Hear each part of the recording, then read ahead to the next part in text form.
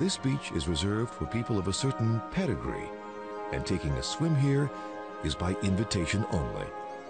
Just having money isn't enough in Newport. One must have long lines of established social background. This mansion was home to the undisputed queen of American society. Caroline Astor insisted that her friends and family call her the Mrs. Astor. Her home here, called Beechwood, was built in 1853. When her husband, William Astor, bought the estate in 1881, it became the social center of New York society. William was the grandson of John Jacob Astor, the German immigrant who made himself the richest man in America through fur trading and real estate.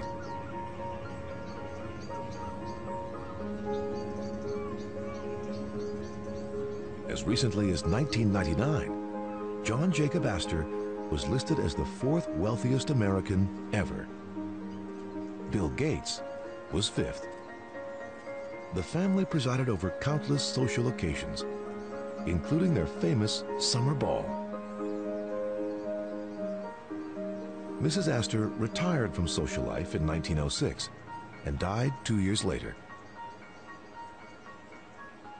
Astor's son, John Jacob IV, divorced his first wife and married a much younger woman in a ceremony at Beechwood.